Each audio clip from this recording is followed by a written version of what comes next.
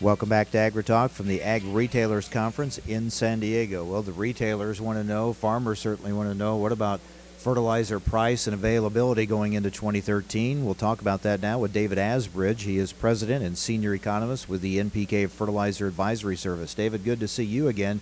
Those are hot topics right now, and what kind of outlook can you give us? Well, actually, I think it's going to be a fairly positive outlook for farmers this year. We're looking at a situation right now where we've got plenty of nitrogen, phosphate inventories are rebuilding, we've got plenty of potash available to us, and it looks like we may actually see some price declines through the winter. That's good news indeed. As far as availability then, I guess, are you anticipating any problems getting product where it needs to be? Well, it shouldn't be this year. You know, there have been years past where we've had those kind of problems. The only thing that is kind of a blip on the horizon right now is the low level of the Mississippi River. You know, if, being from St. Louis, it's really obvious how low that river is. And of course, the Corps of Engineers has been limiting the water coming out of the Missouri, which can be 40 to 50% of the flow of the Mississippi.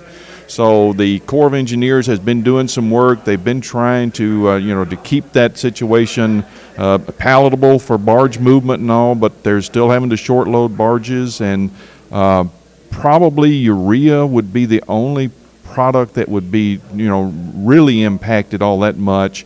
But we've still got a lot of time to get product moved between now and spring, so we don't really anticipate any big problems.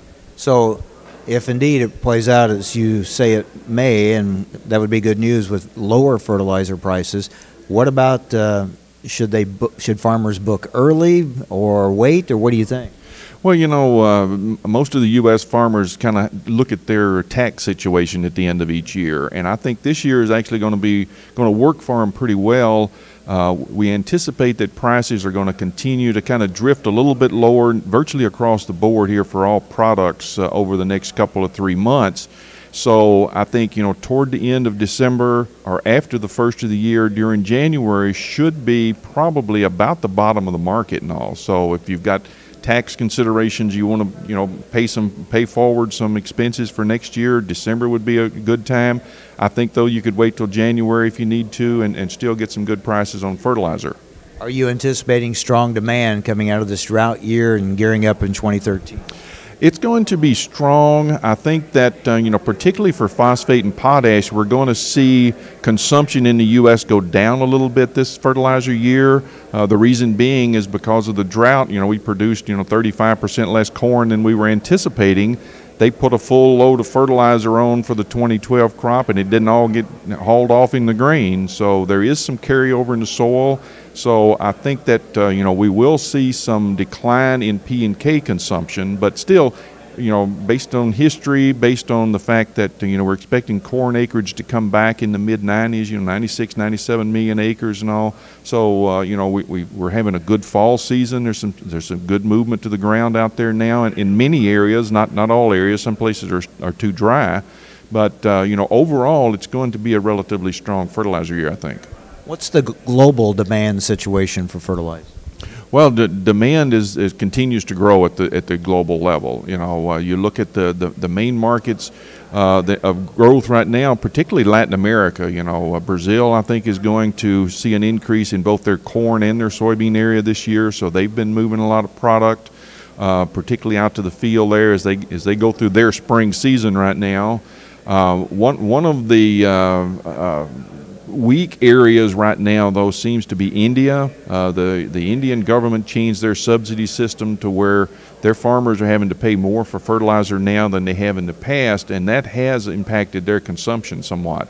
So they're kind of holding up contract negotiations with the big, particularly the big potash players, and that is part of the thing that's putting some of this price on fertilizers right now, this pressure on fertilizer prices right now. What's the global supply situation? Global supply is plentiful. We've seen a lot of expansion because of the high prices for fertilizer over the last 5 years. We've seen a lot of expansion. The Saudi Arabian phosphate facility is continuing to gear up and run, which will be the largest phosphate facility in the world. There's been a lot of what we call brownfield expansions in the potash industry. That's expansions of existing mines as well as discussions of new mines. And then the global nitrogen industry just continues to build, particularly in China and the Middle East. And, of course, right now there's a lot of rumors about building nitrogen facilities in the U.S., which hasn't been done since the early 1970s. All right, David Asbridge, thank you. Some good news, maybe a break on some fertilizer prices for farmers this year. Okay, well, hopefully they'll be able to make a little bit more money next year. David Asbridge, he's president and senior economist with the NPK Fertilizer Advisory Service.